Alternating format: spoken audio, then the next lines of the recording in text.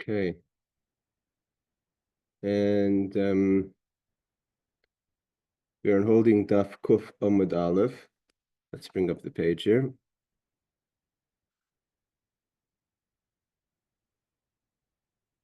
Okay. So we're middle of the Gemorah's explaining us the concept of an apikoros, person who's what we know as a heretic, a person who doesn't believe in Torah, and on higher, more refined levels. Okay, so the Gemorah tells us that Levi, again, this is Daf Kuf Amud Aleph. So we have Levi bar Shmuel, son of Shmuel, and Rav Huna bar Chia, son of Chia. Avika misakni mitbechois sifrei devei Rav Yehuda. They were sort of say fixing or mending the mantles for the scrolls in the yeshiva of Rav Yehuda. So there are obviously different mantles for different scrolls. Kimetu Megillas Esther, yeah, very appropriate for this week. When they got to the mantle for the Megillas Esther, Amre, they said, Ha, meaning Megillas Esther, Loiboy mitpachas, doesn't require a mantle. So seemingly that was disrespect to the Megillah, or to the Chachamim who say that we should read the Megillah. So they said, just like that, it's also an expression of an apikoros to say that. Let's see how Rashi explains it. There's different explanations to what they said wrong. So it says, Kimatu Megillas Esther, Rashi says, L'saken is mitbachas, to fix the mantle for the Megillah of Esther. Amrei, they said, Megillas Esther loy by mitbachas, Megillas Esther doesn't require a mantle. Kolaimar Balashin Baya, Amar Rav Yehuda, Hai Vadi leit tzrich mitbachas. They were saying it like, this for surely doesn't need a mantle, meaning the Megillah. Kigayin ha'acheres, like the other scrolls. Balashin Gnayu, the Havle Lemeimer, Lerabim, Balashin She'ela, Kach Tzricha, Oyen Tzricha. So where is that Pekarsis? So it's different opinions. Rashi seems to say that the Pekarsis was in how they asked for it. They shouldn't have said a statement to their teacher. They should have asked, does it require not, instead of talking with certainty. So it was the talking of certainty in front of their teacher that was an expression of disrespect. He says, the Marsha says, that maybe they held like the opinion that Megillas Esther doesn't. We know that the Chachamim were saking that if you touch Kisvei Kodesh, if you touch scrolls of holiness, your hands become tamei. There's a kind of a way of to avoid people from touching things that are impure. So they said, as a precaution, that if you touch scrolls, your hands become impure. And why would it not make it impure? Because the Torah, there was no divine spirit that said they should write the Megillah, and therefore it doesn't need a mantle. The mantle is so we shouldn't touch the scroll, and our hands should become impure. But because there is a disagreement, if Megillas Esther is written with Ruach HaKodesh or not, with the divine presence or not, so that itself is kind of just to talk certainty about the argument, as opposed to Marsha saying, opposed to asking their teacher. That also was a level of apikarsis of just saying it with certainty in front of their teacher. Other opinions again hold that there was the apikarsis was the heretic was that they were mezalzel Megillas Esther, that they weren't talking with respect about Megillas Esther as if it wasn't one of the holy books. Okay. So he says, so they asked if this is something this could also be like apikorsis. So Reb Steinsaltz brings down, he says like this, some explain that irreverence was expressed in the absolute manner, in certainty, in which he stated they stated, which is scrolls of Esther does not require a mantle. He should have, or she, there's two people there, right? He should have phrased it as a question in difference to the sanctity of the book of the Bible. That's what the Ramah says. The issue is related to the Tanakh dispute whether the sanctity of the scroll of Esther equals the other books of the Bible, the Marsha. Okay, so there was different questions that he talked in certainty or disrespect, and that is itself a level of apikaris. So what we see over here, the level of apikaris is someone who is, it's not like, who runs around screaming there's no God, but it talks with disrespect to the Talmid Chachamim, like we learned before, that someone who speaks with disregard to Talmid Chachamim, to the scholars, is also a level of being an apikaris. So he says like this. Reb Nachman, the Gemara continues. Reb Nachman says that what is the apikaris? Hold on a second. What is apikaris? Zeh Rabbi b'shmai.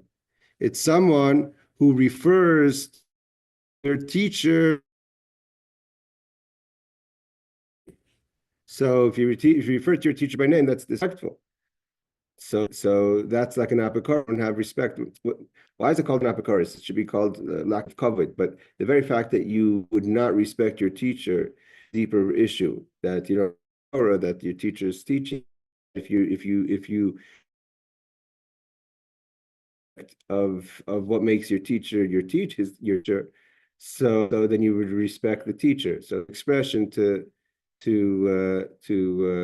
disrespect to the teacher.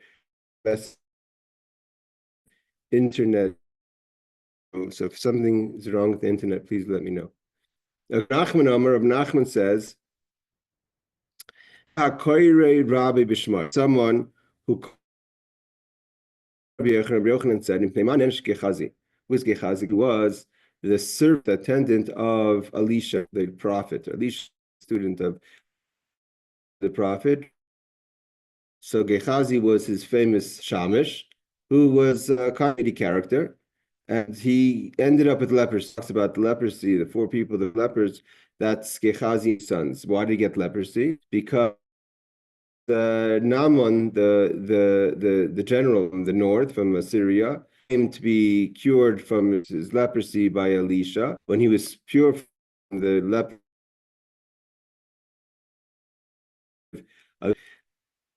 didn't accept it because he was doing it as a miracle from God, not to pay.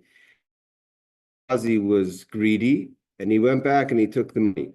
When he took the money, he got the leprosy. So the question is, what's the point? Because that was clear that he got the leprosy was because of the money.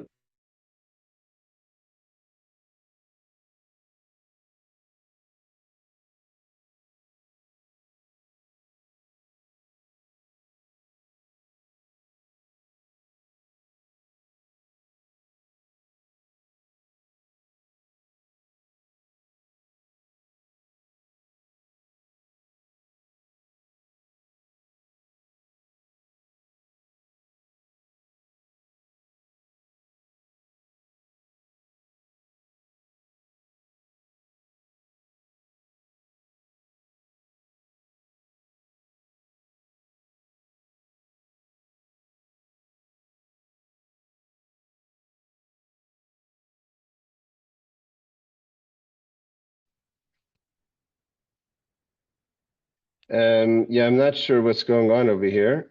The internet looks like the internet in the office went down for a second. Are you guys able to hear me? Barbara, you guys able to hear me? Yes, Rabbi, I can hear you. Okay, did the class go down for a second? Hold I don't know. on. I just Yes, it joined. did. Yeah, it went down, which is why I came back in. Hold on. Let me see if I could switch it. Here we go. It's fine now. I just came in. The president stopped his speech. I'm glad I was up against good competition. Just trying to switch it back to the computer here. So as of now, you come in nice and clear in a good video. Okay, trying to So are bring you, up the Aaron? full. You sound really nice and clear. Thank you.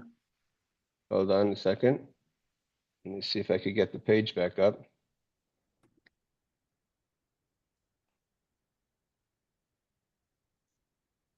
Sorry about that, guys. Let me try this again.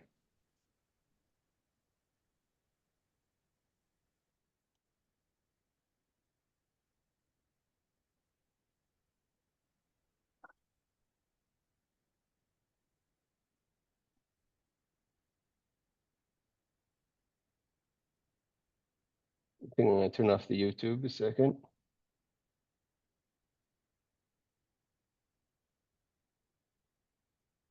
Not sure why the computer's not connecting.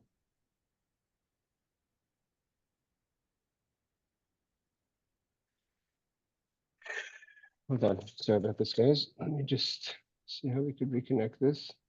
Never knew what was above your head. Now I see. Yeah, hold on a second. Computer's just not connecting here.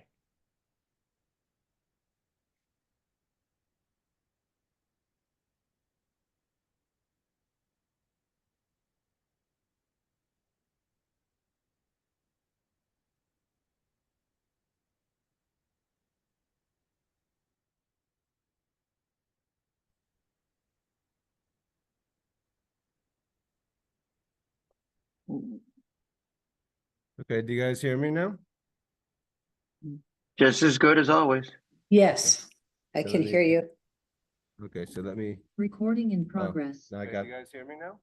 Here we go. Here we go. Just as good as always. Yes, I can hear you. All right. Sorry about that. Let me just turn this off. Okay, Now your let's bring video it is back on. up to the page. No, you see me now? Nope, but I hear now. I do. All right, we're back. So we're holding. So what happened to Gehazi? This Gehazi didn't like us talking about him. So what happened to Gehazi? Gehazi was the servant of Shah, and he got.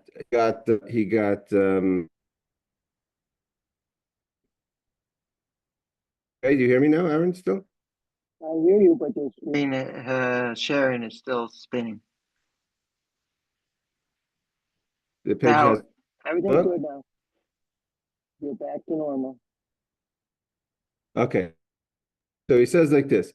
So Nachman says, Rabbi Bishmai, Rabbi Yochanan, why did Gehazi get punished? Rabbi Bishmai, he called his teacher by name. Gehazi, like he says, that he said, this is the woman, and that Elisha brought back to life.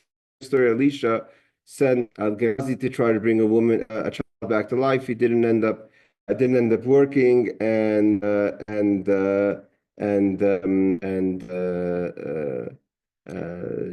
Elisha tried to do it. So then they brought him back through Elisha himself had to bring him back. It seems like the internet's jumping still a bit. Okay, so he says, so what did he do? He said, this is Elisha. He didn't say my. So here, the notes, Rabbi Steinzat says that the internet here. So the Rabbi Steinzat Gehazi. Who's Gehazi? That the question is punished specifically for leprosy. Means he had leprosy. Why was this specific leprosy? This difficult as Gehazi became before he called his teacher by name. When he took payment from Naaman, was why the leprosy. So that shouldn't be a question of the Talmud. So he says, explain. Question is, why did he lose share in the world to come? It means he not only lose his share, not only did he get leprosy, but he also when the people lost his share in the world. It was because he treated his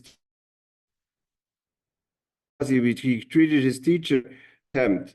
So there are others explain that the question, what reason was Gehazi not leprosy? Okay. It says, what does it mean to one who calls his teacher by name? So he says, it's prohibited for a student to call a teacher by name. If his teacher has a common name, it is even prohibited to call others by that name. The teacher has a regular name like Moses, your typical name. That's okay. But if you have a special name, teacher has something special about his name. So then you shouldn't even say that name. And he says, even if it's prohibited to call others by the permitted to refer to his teacher as my teacher so and so using name. Some say that it is prohibited to use his name in that formal name, to say my so and so. So that's also not accepted according to some opinions. Okay. Jeremiah. Sorry, I'm just going to ask Aaron: is the feed coming? I can hear you. Thank you, Bob. Yosef Rabbi Yirmiyah. Rabbi Yirmiyah 100%. was sitting Kamed Reb Zera in front of Reb Zera. Yosef Amar, and he said, "Kadosh Baruch Hu lahaiti beis kodesh kedashim." Okay, so the sign of disrespect. That what happened? That Rabbi in front of Reb Zera, he said, eventually, at one point, when Mashiach comes, that Kadosh Baruch Hu is in a river or a stream, the Holy of Holies, where all of all kind of delicacies, like special, kind of fruits. Shneimar Valna says that on the river, on the on either side of this Nach river is going to be different trees with different kinds of fruit. It says neither shall its whose not wither, neither shall fruits fall. Means it's going to be trees.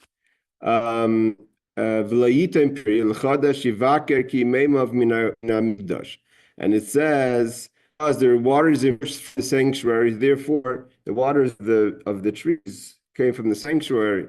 So therefore it's going to be trees that have fruits that stay, and the leaves stay on the trees. And you can be able to, and the leaves, the trufa, seemingly as a medicine. Trufa is a medicine. We'll see in the so Yishar, when Reb Zera, this teaching that when Mashiach comes, for the third temple, from Holy of Holies is going to go forth a river, and on either side of the banks of the river there's going to and fruit and leaves on trees, and the fruits are going to be for good food, and the leaves are going to give medicine. So this old man, a Saba, was sitting there when he said this and said, Yishar, like Yashakach. Rabbi Yochanan, he also said, so Yishar. Rabbi Yirmiyah Reb Zera, ki hai gavni mechsa apikursa. So the Rabbi asked to Reb Zera, maybe this is an apikuris for the, there's different explanations. Person said wrong, but let's just say take that the person kind of with what he said, a great sage, he didn't need Saba to concur. This was the meaning. Yes, Aaron. You're a little chompy. You can understand chomp? your speech, but it's not perfect. So then let's see if I'm going to just bring Like it up your on the other voice computer. dips, and then you get a little choke, and then you miss half a second of your speech. No problem. Just give me a second. Let me just get rid of this issue. We're just going to switch the laptop. Is it a Get computer everything in issue, or are there. they doing something to Israel? No, no one's doing anything to Israel. It's a shabby combination of computer and My computer will say I have a low bandwidth, and that's yeah, what yeah, will, that's will what cause you to it slow keeps on down. it keeps on popping up. So My I don't. computer, I'm on my phone, so my phone says I have full amounts of power for signal. Okay, hold on, guys. Give me 1 second. We're going to switch over.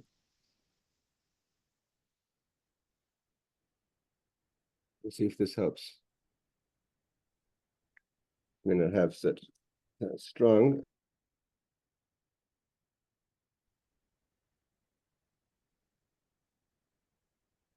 Okay, let's bring up the. That seems to sound good. Just leave it. Stop playing. It's Okay. not as loud, but it's beautiful. It's clear for now.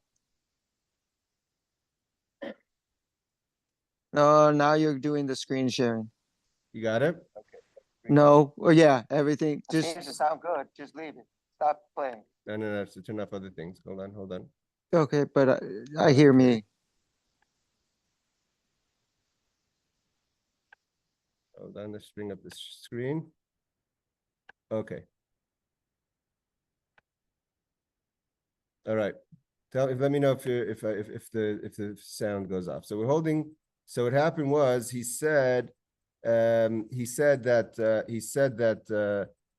the river's going to go from the Holy of Holies, and it's going to give fruit, and leaves are going to give medicine. And he said Yasher Koach. So seemingly the Yasher Koach was that the Yasher Koach was kind of unnecessary to concur that his teaching is right. So let's see what Rashi says about the teaching. So Mayin Beis Hashem is going to go away from a spring, is going to go forth from the Holy of Holies. Yatz v'hashkes nachal hashitim. Like there's a verse that says in Yoel that he's going to yergrate the nachal shitim. Megadim is kol mini perishim tugim, all kind of fruit, sweet fruits. Yivakar b'chol chodesh v'chodesh is special kol pears. There's going to be new fruits constantly. So what happened was he said that Mashiach comes is basically going to be a river that's going to give forth to fruits and leaves, etc., with the medicines and fruits for a good taste. So this Saba, this old man said, he called him Saba, Yasher Koach. Rabbi Yochanan Kitvarachi. Rabbi Yochanan also says like what you said. Rabbi Yochanan Nami Hachi Kama. So Kida Mar, like you said. V'legar Sinan V'chein Omer Rabbi Yochanan Yasher. That's what they also Rabbi Yochanan concurred, because Rabbi Yochanan is a teacher of Reb Zera. But that the old man said that Rabbi Yochanan also says such and such. So he says, so they ask, Ki hai gavne, if such a case is considered a person to be an apikairis. So Reb Steinzos explained, some explained that the irreverence was that the elder first stated the matter in his own name and only then cited Rabbi Yochanan rather than only citing his teacher. So he himself should have just said, Rabbi Yochanan says, like you said, or he shouldn't have commented at all, I guess. So he says, others, Rabbi Yirmiyah's statement is written especially in the verse that states, a spring emerged from the house of the Lord, and it is unclear what Rabbi Yirmiyah added. The questions are asking, what did Rabbi Yirmiyah say? It's a pasuk in Yoel. So the Mashal explains that he taught that these verses should not be understood as a parable or metaphor. Rather, they will be fulfilled according to their literal meaning, that there actually will be a river going out from the Holy of Holies and actually will give out for fruits and leaves. Okay. So Omerle, so again, there's different explanations what the trufa was, if the leaves themselves were medicines, or if the eating of the leaves gave medicines. We're going to see all about that in a little bit. So Amrle, so he asked if that's being a apikairis. So they responded, no. This is not considered an apikairis because they were just supporting you. They didn't say anything that's negative. But you want to hear an apikairis, they'll say another story. This is a very famous Gemorah. It's a hard Gemorah of a story. If you want to hear, I'll tell you. Hashem Yalach, I'll tell you.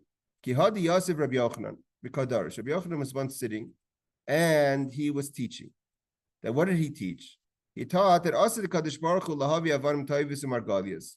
Hashem is going to bring in the times of Mashiach great special stones like diamonds.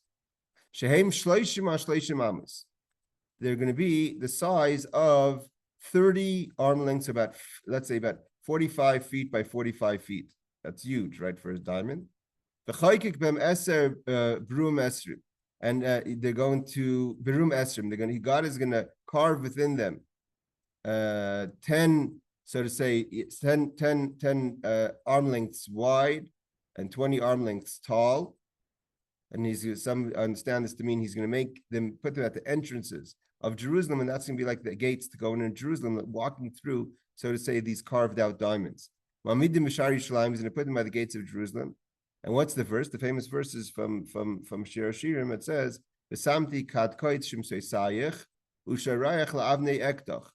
there's going to be, he says, then, and I will make your pinnacles of rubies and your gates of carbuncles. Avnei echtach, like Rashi says, are special stones. He's going to carve out. So Ligleg Alav Oisei Talmud, a student heard him say this about these huge, precious stones, and he mocked his teacher. He said, "Is it possible? Hashta kebeisa the tzilsala le mishkachin kuli hai mishkachin. This today you couldn't find a diamond the size of an egg of a palm dove, meaning that precious stones are tiny today. And you're saying they're going to be 30 arm lengths by 30 arm lengths, which is huge, right? To have huge diamonds, that doesn't make sense. So Rashi says, El ishamelach mina hashmelach kadkad even toiva v'kad shmoi. The kadkad is a special stone. Shimshoi sayach. So what is it? What's going to happen when Mashiach comes? Shimshoi sayach is chaloinis Hashem ereches b'hem. It's going to be, he's going to carve out, God's going to carve out windows of these stones that you're going to be able to have sunlight. Shemesh u'magen and a shemesh mamish, the sun will come through actually. La'avni ektach shakadosh baruch hu choykikon ki b'mektach at shechoykik b'hem eser b'rum esrim. He's going to carve out entrances of 10 arm lengths wide on 20 arm lengths tall of these stones. So he says, liglag Allah v'yisei Talmud. The student, so to say, mocked Rabbi Yochanan. Ad Rabbi Yochanan da'ani afkerus, and that itself is an apikoros. An apikoros was the student who was mocking Rabbi Yochanan. And what is it? Silsila, it's an of katan. It's a small, he calls it a palm dove. So a palm dove is a small, a bird, small bird that has a small egg. And that's the size of it. Diamonds are small, right? He says it's the smallest species of pigeon or dove found in Eretz Yisrael. Okay, primarily in cities. Due to its small size, its eggs are also minuscule, approximately 24 millimeters in length and 20 millimeters in diameter. Obviously, not 30 arm lengths, and it serves as an archetypal of a small item. It's an idea of a small item. So basically, he was laughing to say, or mocking to say that there's no such thing as such great stones. In Jerusalem, he says the precious stones. In Jerusalem's Talmud, it explains that Noah took these precious stones, the same stones that Rabbi Yochanan is referring to, in order to help him distinguish between day and night. As at night, the stones shone more brightly. So because at night, the darkness, I guess, brings out the shining, so he was able to use it for a light. And by day, they kind of dimmed. So I guess he's talking about these stones. All right. So this is the story of the Apikoros. So the Apikoros was the student who mocked Rabbi Yochanan. What's the end of the story of this student? Okay, we're not talking about any student, obviously. Why? Because we'll see in a second, he wasn't just a disrespectful student that was mocking Rabbi Yochanan. He was obviously a student himself on a high level. We know Rabbi Yochanan had Rabbi Yochanan is the author of the Jerusalem Talmud himself. And he had different rows. We know from the story of Rabbi Kahana, he had different rows of the students of what where you qualified, you sat in front of him. So it says the Yamim Hifliga Sfinase B'Yam. So this student was out at sea. It says his ship was at sea, or maybe he was on a ship at sea. Chazenu L'Malchei Asharis, and he saw the angels. That's what I'm saying. He wasn't just any student; he was a student that was able to see angels, right? They call Menasri Avonim Toivis Margalis, that they were cutting precious stones, huge precious stones, obviously. Amalu Hani Laman, he asked the angels, what are these for? So Amrei, they told him, Asir Kadosh Baruch Hu Lamidim Shari Shleim. This is like Rabbi Yochanan said. So Rabbi Yochanan said that Mashiach comes, they're going to place these huge stones in the gates of Jerusalem, and he saw the angels preparing these great stones for the gates of Jerusalem. Again, we're not talking about your typical student. He went back, and when he saw Rabbi Yochanan, the Yosef Kadosh, again, Rabbi Yochanan was teaching. Derush is like Medrash. It wasn't like he was just teaching the laws of Torah, because we know Rabbi Yochanan was, of course, one of the main teachers of the laws of Torah of Jerusalem, of the north. He sat in Tveria, but also that he was teaching drasha. Amrullah, he said, Rabbi Droish L'chana Lidroish. He says, Rabbi, please teach. You're a good darshaner, because now he saw that what he said before about the stones was accurate, because he himself witnessed it, the angels preparing these stones. He says, Keshem Shamar Tekach Risi, when you said last time, I saw it. So Amrullah, Rabbi Yochanan responded, we know in general, Rabbi Yochanan was able to be sharp. It had different situations with Reb Kana, with Rish Lakish. So Amrullah, he said, Reika, like you empty person. If not for the fact that you have saw it, that this is the case, by the angels doing what they did, you wouldn't believe it. You're a person who mocks the words of the rabbis. He looked at him and he turned into a heap of bones, meaning to say he died.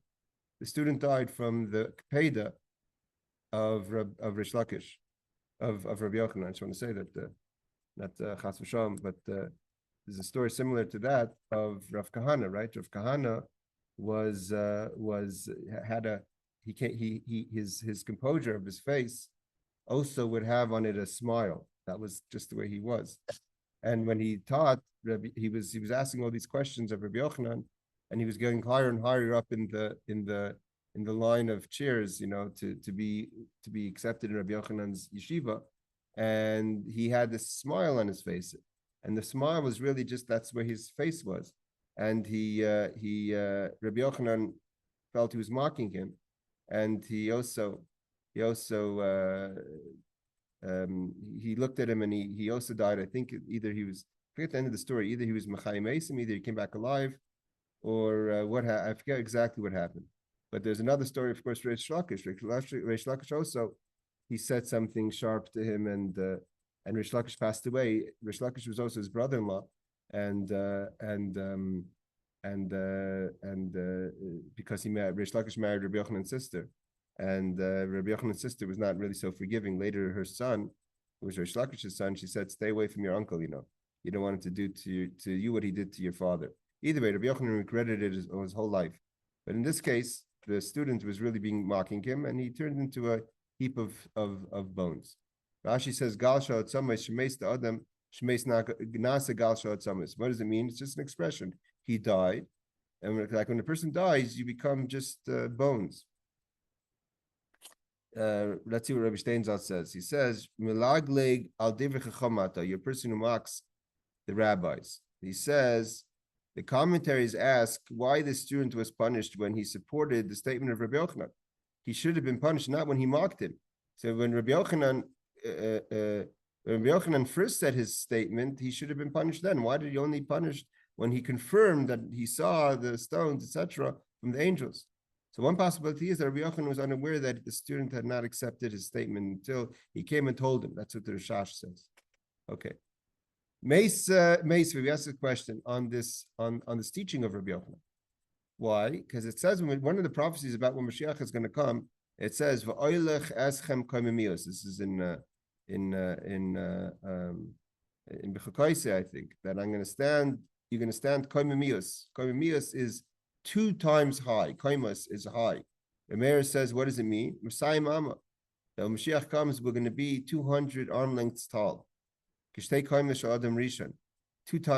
the height of first man. First man was first created very tall, and then he was humbled and down to 100 amos, which is still way taller than anyone today, right? Today a person is an amma is 1.5 feet, so 100 amos is 150 feet. No one's 150 feet tall. But still, when Mashiach comes, Rabbi Meir says we're going to be double the height of Adam, first man. And Rabbi Yehuda says it's going to be Mea Amma. We're going to be only the same height as first man.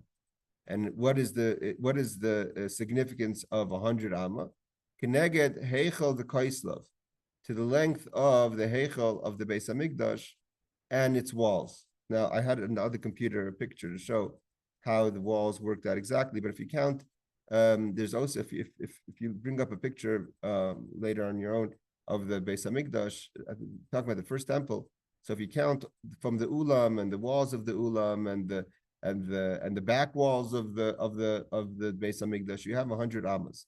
So a person is going to be the length of the 100 amas. Why are we asking these questions? The question is basically, if according to Rabbi Yehuda, according to Rabbi Yochanan, the gates of Jerusalem are going to be 20 amas tall, how is someone 100 amas or 200 amas going to go through a door that's only 10% or 20% of their height? Obviously, it's going to be too short. So he says, how do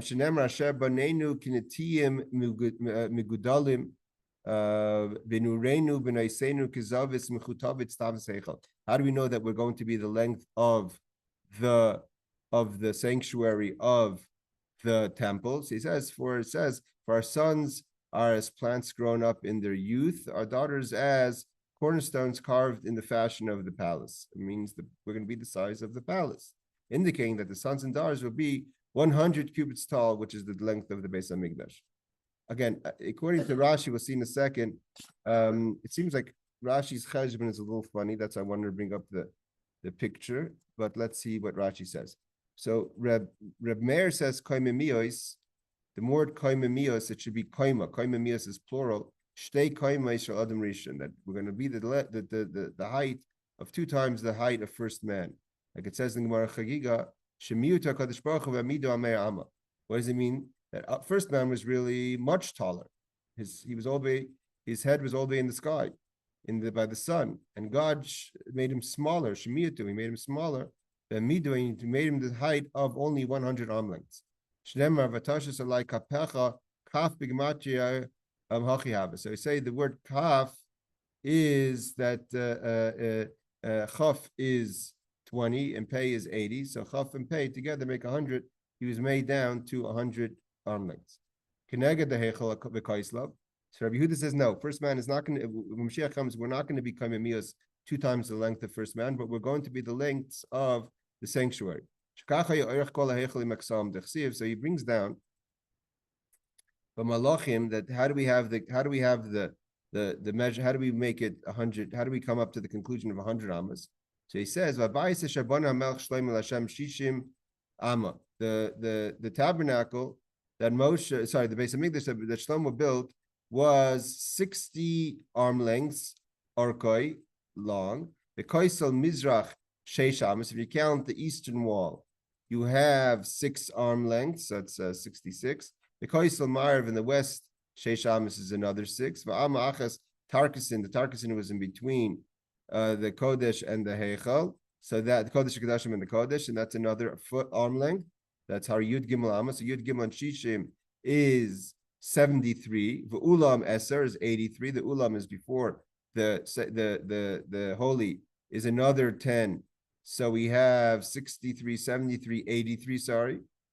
Ulam Eser Amar Reichav. The Koisel HaUlam Sheish Harichav Tes. So you have 13 plus 10 is 23. And then you have another 6 is 29. Machre ulam ta echad. There was another kind of space, a room, which was sheish amas. V'kois lehei, so it's another 11. So 29 and 11 is 40. Harimem v'samach amach al erech habayis. And then we have the 60 that we said the heichel itself is meya. The only thing I had a problem with this calculation was he says v'ulam eser amar roichav, that the ulam was at its width 10 amas, and we're talking about the length. So again, the ulam, if you see the picture, the ulam went wider than the entrance of the heichel. The ulam kind of went out, and the heichel was more narrow. The ulam was more wide. I think that was the cheshbon. So maybe you flip it around. But either way, you have 100 amas. I'm not sure why it was so complicated. It's 100 amas of the Beis Hamikdash, and that's the length of what we're going to be when Mashiach comes. So what's the question? So Rashi brings the question. If we're going Harei Meya, so we're going to be 100 arm lengths long. The question is, how are we going to bend down even at 100 amas, never mind 200 amas, then bend into an entrance that's only 20 arm lengths tall? So he says, we're going to be, our sons are going to be like tall trees.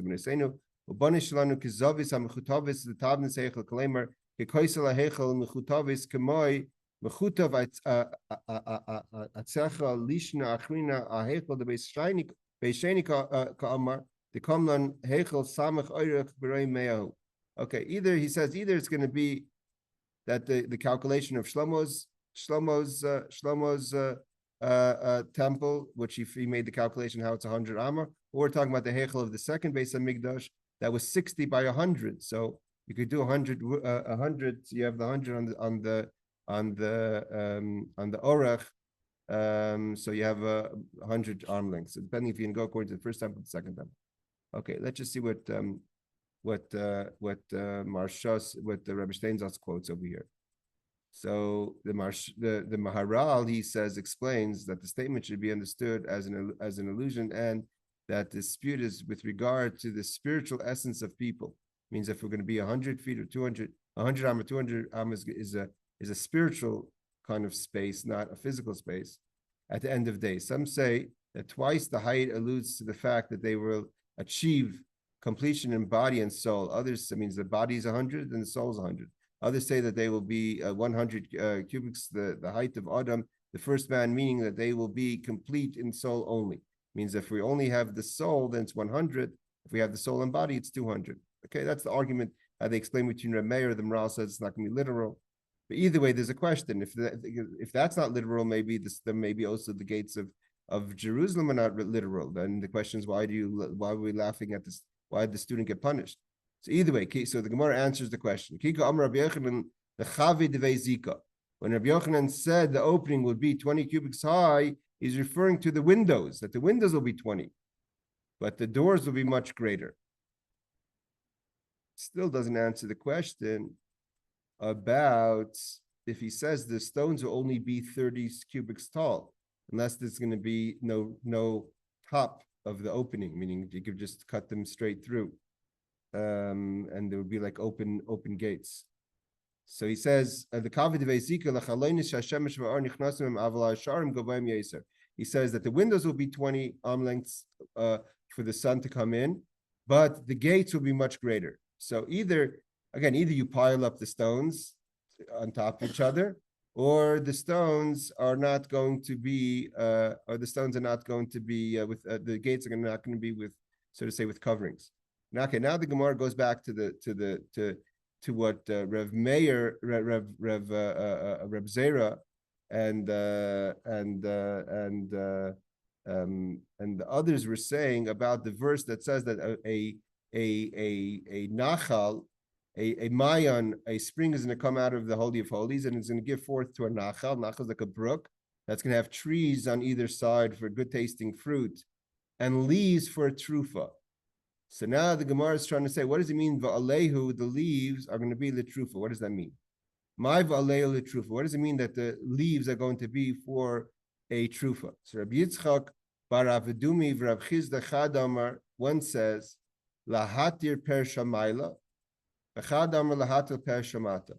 One is going to be that it's going to help those who are mute, who can't speak. That's the Pesha Maila. And the other says Pesha Mata, for those women who can't have children, is going to unlock that they should be able to bear children. So it's going to be a fertility kind of medicine. Others says it's going to be help in speech, that those who challenge in speech are going to have. Now you could take that as literal, you could take that as a metaphor for spiritual.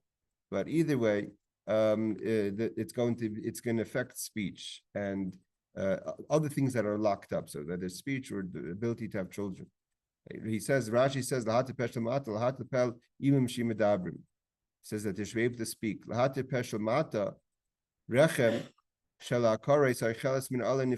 the women are going to eat, a barren woman is going to eat from these leaves, she's going to be fertile, and she's going to be able to have children.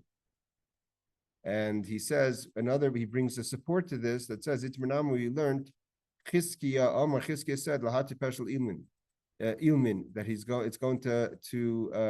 it's going to unlock those who are mute. Bar Kapara Amar Lahati Peshel Kores. Also, it's going to unlock the women from being barren. Rabbi Yochanan Amar the Trufa Mamish. Rabbi Yochanan says it's going to be used as actual medicine, meaning to buy the trufa. So he says, hold on. It's going to give good tar panim. It's going to give a good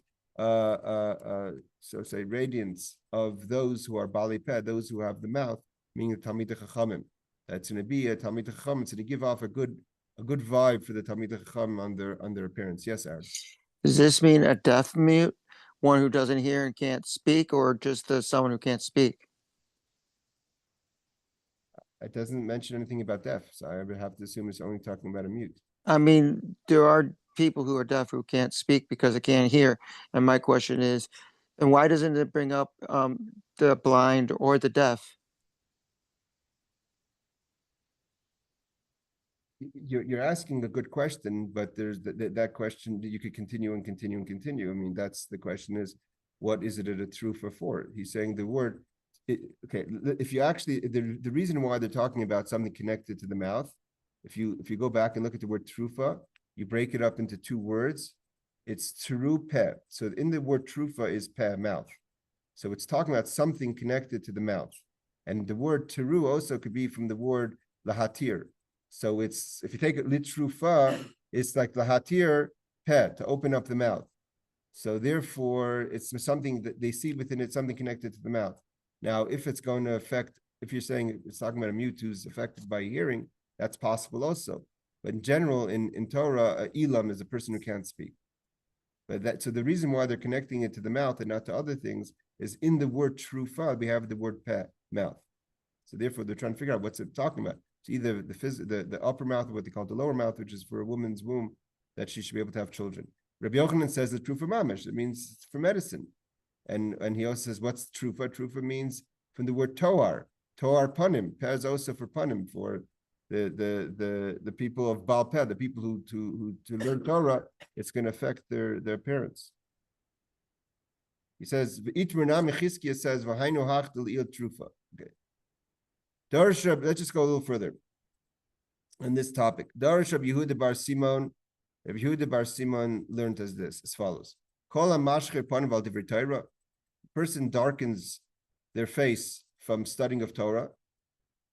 Darkening the face can mean many things, but darkening the face usually is referring to a person who has not eaten because of hunger.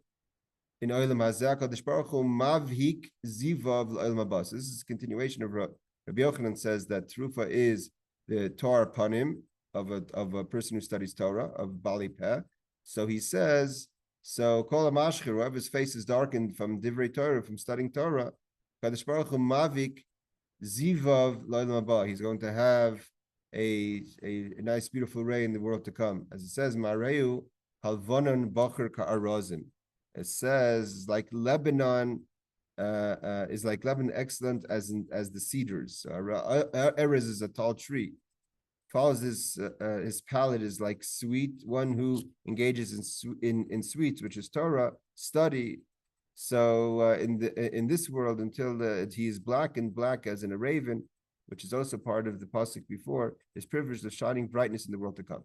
So if you're going to be Shenemer Mareo Kalvon and Bach Karazim, that he starts off having black, like a raven, dark black, from studying of Torah, from toiling of Torah, is going to have a nice radiance of Torah upon him in the world to come.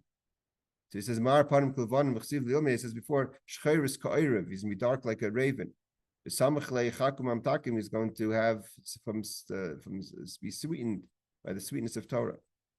So Amr Rab Tanchum said, Rab Chaniloi, in the name of Rabbi Chaniloi, Kol ha'mayir v'atzmi al divrei Torah, a person who starves himself for him or herself on the words of Torah, by in this world, HaKadosh Baruch Hu mazbiyah, God's going to satisfy you, let him on the world to come. As it's posted the pasuk, it says, Yirvim mideshen beisecha v'nachel adenecha tashkem. It says there's abundantly satisfied with the plenty of your house, and you feed them drink in the river of pleasures. So Yirvim mideshen beisecha, the word deshen also is like, trumas deshen. Deshen is like ash. So Yirvim mideshen beisecha, if you're going to be hungry, so to say, deshen in your house, v'nachel adenecha tashkem, you're going to get the rivers of pleasure in the world to come.